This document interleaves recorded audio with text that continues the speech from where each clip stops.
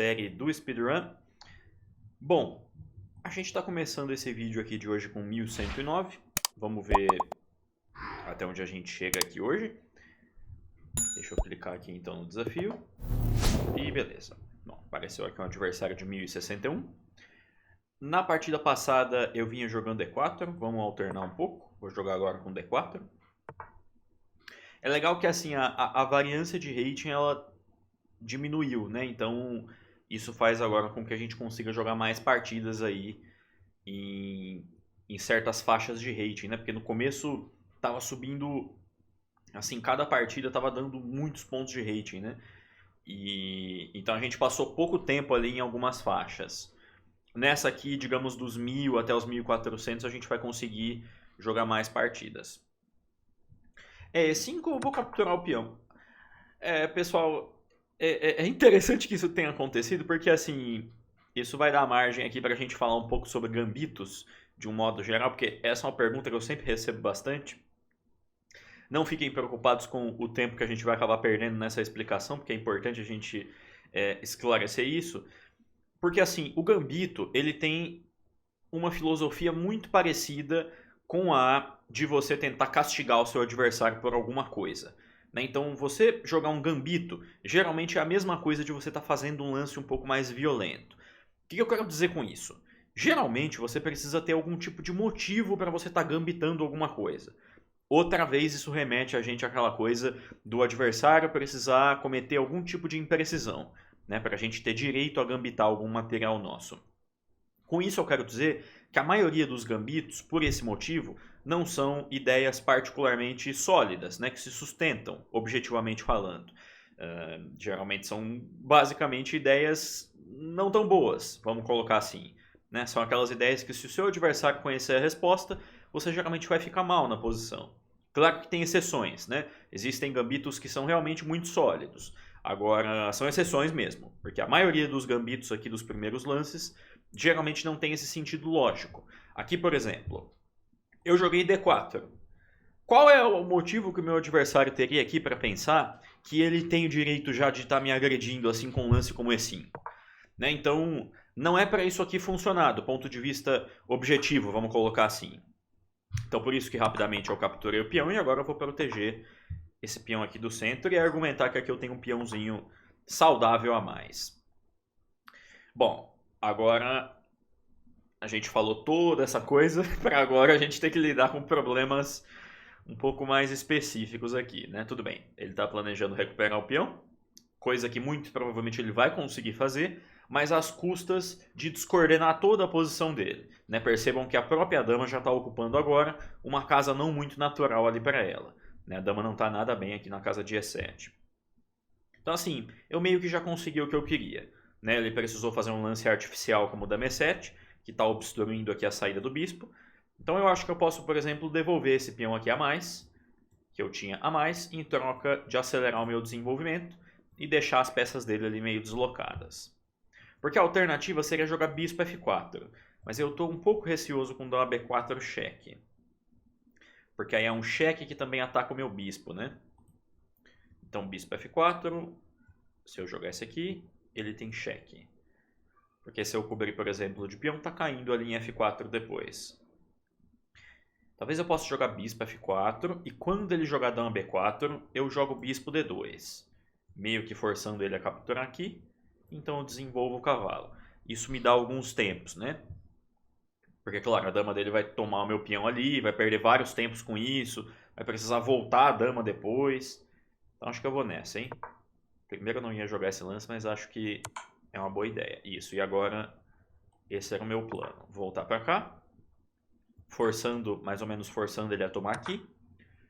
E agora o meu argumento é, eu devolvi o meu peão a mais, né, que era aquele peão que ele sacrificou em E5, eu devolvi aqui em B2, mas ele não conseguiu recuperar de graça. Né? Para isso ele precisou gastar vários tempos aqui com a dama. A dama já perdeu vários lances indo e voltando. Peraí, deixa eu só silenciar aqui que estão chegando notificações no celular. Então agora eu tenho provavelmente uma sólida vantagem posicional aqui agora, por conta da minha vantagem em desenvolvimento. E vamos ver como é que o meu adversário vai lidar aqui com isso. Eu não tenho nenhuma ameaça muito direta aqui, eu acho. Talvez só de ficar perseguindo a dama aqui com torre B1, depois cavalo ali. De novo, tudo isso é consequência do gambito em si, né? Eu não sou um defensor aí de gambitos na abertura por isso, né? Porque a gente tá meio que caçando problemas quando a gente faz isso, né? Eu sei que em princípio pode parecer uma ideia, assim, os gambitos ele tem a aparência de uma coisa interessante e criativa, mas se a gente parar para observar jogadores que são realmente assim muito fortes e criativos, vocês vão observar que geralmente o repertório de aberturas desses caras são repertórios sólidos, né? Não tem muita, sabe, muito dessas ideias tão exóticas. Eu estou falando regra, tá? Não que não tenha exceções a isso. Mas, por exemplo, o Alekhine, que é uma grande referência de xadrez agressivo para mim, sempre foi um jogador com um repertório sólido, né? Repertório clássico, e ele era criativo nos momentos que isso fazia sentido racional, né? Agora, a gente tentar forçar aqui a criatividade desse jeito acaba ficando uma coisa um pouco artificial e mais vezes sim do que não vai colocar a gente em problemas. Por exemplo, um exemplo disso é que depois de dama B6, meu adversário vai perder agora a partida instantaneamente porque não existe casa plausível aqui para essa dama dele. Então percebam que tudo começou lá no dama E7, né? Ele precisou gastar vários lances com a dama e agora a gente vai passar para uma posição onde eu tenho vantagem material também, porque agora cai aqui e quando ele tirar o rei tá caindo também a torre. E aí realmente não tem mais como resistir porque a gente está falando de uma torre a menos, além de toda a posição que já estava um pouco comprometida. Vou capturar. E aqui ele confundiu alguma coisa, provavelmente isso já aconteceu comigo uma vez. Ele deve ter calculado assim, que se cavalo por, joga cavalo por, e então dama por. Só que aí acontece alguma falha ali na hora assim, de concentração e de tudo, que o jogador faz o segundo lance da variante. Eu fiz isso uma vez também e precisei abandonar na hora. Infelizmente para mim. De lá para cá eu peguei esse hábito assim de nunca fazer o meu lance sem antes mentalizar a seguinte pergunta: é isso mesmo que eu quero fazer? Ou eu estou trocando alguma coisa? Não é nem que esse hábito ele foi uma coisa racional, assim, simplesmente aconteceu depois desse trauma, né? Então, assim, apesar de que dama E5 pode parecer uma coisa meio sem explicação, porque está caindo a dama, existe um padrãozinho aí que eu já observei até mesmo nas minhas partidas antes. Então agora eu vou capturar aqui. O meu adversário ele jogou cavalo tome E5 como quem está planejando seguir essa partida, mas a verdade é que aqui já não tem mais como seguir com a posição porque está caindo tudo, né? Agora vai cair aqui em D6 também com cheque. E quando esse rei dele voltar, eu tenho mate aqui em C7. Mas assim, esse nem é o principal ponto, né? Eu poderia fazer vários lances aqui que ainda estaria muito ganho, né? Por conta da minha vantagem material, mas esse aqui naturalmente encurta a partida.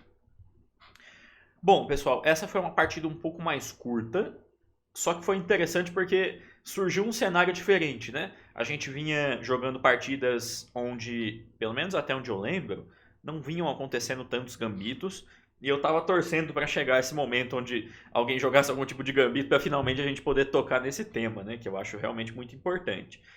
Eu sei que bastante gente às vezes vê partidas ali do Jobava, do Raporte jogando coisas estranhas, acha legal e tenta colocar ali no próprio xadrez também, mas a verdade é que esses jogadores são realmente exceções, tá?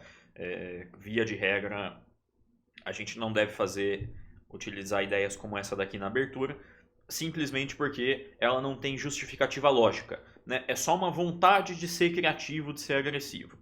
E só a vontade não é suficiente, né? A gente precisa estar respaldado aí pela parte racional do jogo, porque o xadrez é um jogo que tem muito de intuição e tudo mais, mas é um jogo, no fim das contas, é um jogo lógico, tá? Então E5 tem esse probleminha.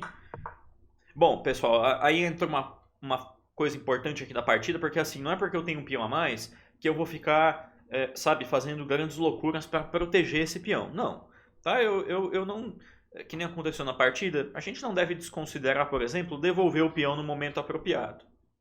Qual seria o momento apropriado? Aquele onde a gente ganha alguma coisa em troca disso. Tá? Então, vamos dizer que esse material que a gente capturou aqui em E5 é como se fosse uma moeda, tá? Uma espécie de dinheiro aqui do xadrez, tá? Esse peão de E5 que a gente capturou. A gente não quer ficar guardando isso eternamente e não usar para absolutamente nada. Tá?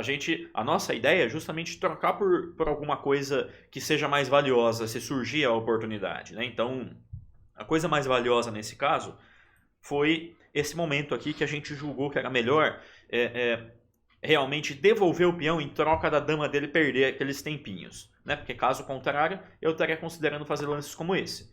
Que protege o peão, mas assim, eu exponho a minha dama aqui só por uma motivação materialista, né? De manter o meu peão a mais. Não. Eu estou disposto aqui a dar o peão embora, desde que para isso ele tenha que gastar vários tempos aqui com a dama dele. Foi o que ele fez.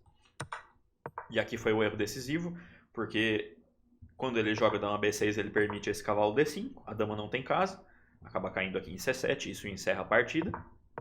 O que ele teria que ter feito aqui, talvez... Aí entra a parte difícil, a posição dele já é tão difícil de jogar, para ser sincero, gente, porque eu tô ameaçando torre B1 e depois cavalo aqui. Se ele tiver que jogar um lance como rei D8 protegendo aqui o peão, aí tá muito complicado, né? O problema é que esse lance também não funciona, porque isso ataca a dama e ataca em C7. Eu tô meio que pensando junto com vocês aqui. Talvez esse lance aqui, bispo B4, com a ideia de que se torre B1, ele pode considerar sacrificar a dama por duas peças aqui e entrar nessa posição. Cavalo por E5. Bom, provavelmente ele está perdido aqui também, mas porque é claro que ele tem uma grande desvantagem material, mas por outro lado, pelo menos ele conseguiu resolver os problemas aí de coordenação dele, né? O que já é alguma coisa. Porque na partida ele acabou perdendo material e perdeu também o resto de controle que ele tinha ali sobre a posição. Então, depois de cavalo C7, ele fez mais alguns lances, mas essencialmente aqui já não tem mais muito pelo que lutar. Porque é muito material a menos, uma torre inteira.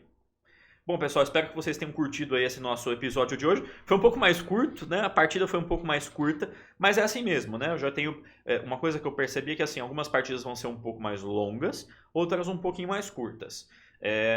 Mas de um jeito ou de outro vão surgir momentos sempre aqui pra gente comentar e pra gente trabalhar em cima. Então, espero vocês aí no nosso próximo episódio. Vamos ver se a próxima partida a gente não tem um número aí um pouquinho maior de lances e também se a gente vai ganhar, né? que é realmente uma dúvida. Então, beleza. Valeu, pessoal. Obrigado por tudo aí até agora e tchau, tchau.